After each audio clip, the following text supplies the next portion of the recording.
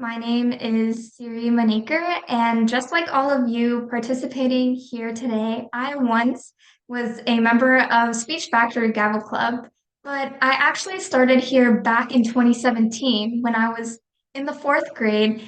And to be honest, I truly hated coming here at first.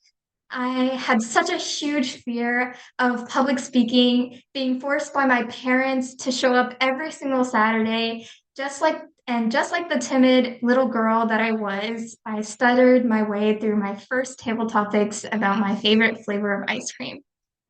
But as I continued to be dragged through the doors of the meeting room, I started learning more and more from my peers in the club.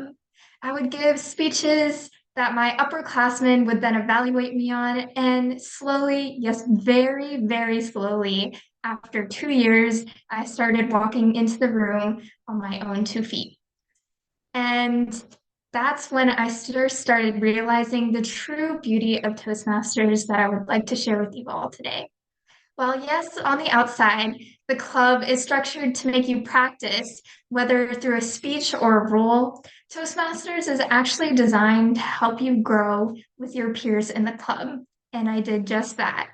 So today, as my farewell to the club, I wanted to share with you all a journey of my speech contest journey with you all. A story of my multiple failures in the club. Yes, multiple. It wasn't just one speech contest. I failed a total of 3 times before I succeeded.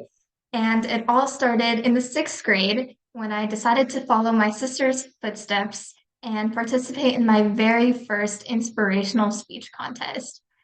And I did it about my little dog, Peanut.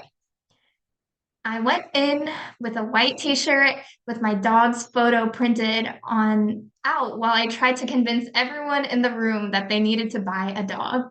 And what an inspirational speech. After that day, I got feedback from tons of my peers and some of the adult Toastmasters present that day on my content, presentation, and delivery. It wasn't an inspirational speech in the slightest bit. And then came the next year.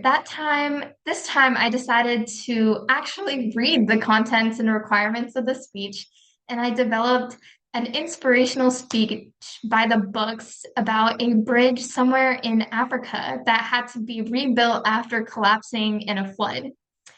It was better this time, but I still didn't have that personal touch or energy to bring the room together and truly inspire my audience. And so the next year, I decided to take a turn and make a realistic story of a lesson that my mom told me about potatoes and coffee beans, where each of the ingredients showcased a different way of reacting to difficult situations in a pot of boiling water. That year, I had tried my best to make a truly inspiring speech with a personal feel, and I didn't even place at the club level for that speech. I broke down in tears after being in Toastmasters for almost 5 years now, and if it wasn't for the feedback that I received that day, I wouldn't have realized that I lacked the true energy to bring the room together with my speech. And so finally, in the ninth grade, I made it my goal to present a banger speech that would wipe my audience away. And I took every ounce of feedback that I received throughout the years and wrote a speech about an extracurricular activity that I did, debate, and how I overcame my fear of failure through debate. Having practiced for hours, mastering the inspirational aspect of my speech, and using every ounce of energy that I had, I finally placed first at the District 44 Youth Toastmasters finale. Now, to bring my big story to a closing, the one thing I want you all to take back is to never give up on this club.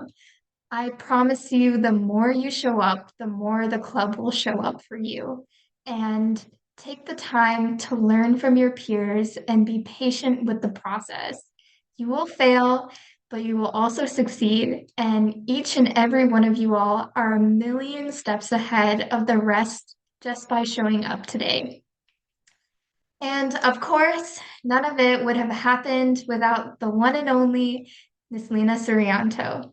Everyone, every once in a while, someone truly incredible comes into your world and changes everything. And I really owe that credit to Miss Lena. There is no one out there who is this persistent and passionate about Toastmasters. She guided me through my ups and downs in the club with her experience as a now six-time DTM, Distinguished Toastmaster. You will never find somebody who has seen it all. So please, please take this opportunity to learn from the best of the best, and she will actually show you and take you above and beyond. Thank you, and I really hope you guys love Toastmasters for what it is, just like I have.